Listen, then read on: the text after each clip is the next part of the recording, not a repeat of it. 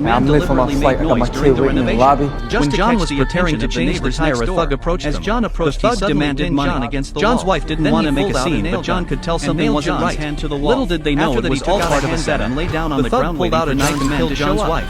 John was then brutally beaten by two other men. By the time he got back on his feet, his wife was gone forever. Not long after the thug was caught, the police asked John to come to the station to identify the suspect. As soon as the suspect walked in, John recognized him immediately. The tattoos on his face were something John would never forget. The sheriff told him to wait by the side, but John felt something was off. He thought the killer would be arrested, but to his shock the police let him go. What infuriated John even more was that the thug kept taunting him. It was clear that they were all in on it together. He realized there was no justice to be found here, so he turned and left the police station.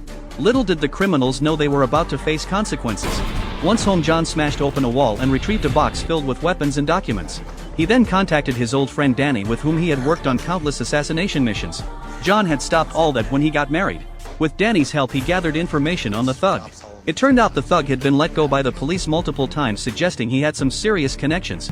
John traced the thug to a bar he frequently visited and sure enough found one of his accomplices there. When the man saw John, he immediately tried to flee, but John chased him down. After some interrogation, the man still didn't give up any information and the whole encounter was caught on camera. John took the video to Bill. Bill immediately ordered his men to hunt the two down and called the sheriff to assist him. Meanwhile, John and Danny prepared for the final showdown, gathering an arsenal of weapons. John raided a tattoo parlor and got his hands on Bill's drugs. Bill, aware of John's actions, rushed to his house. At that moment, the thug received a text message.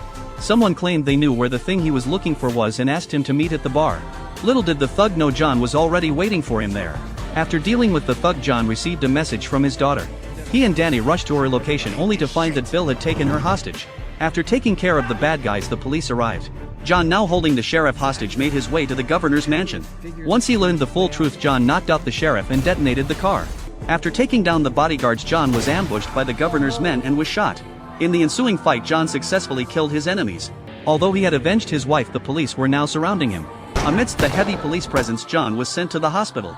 Given John's background and the sensitive nature of the case, he was placed under heavy surveillance.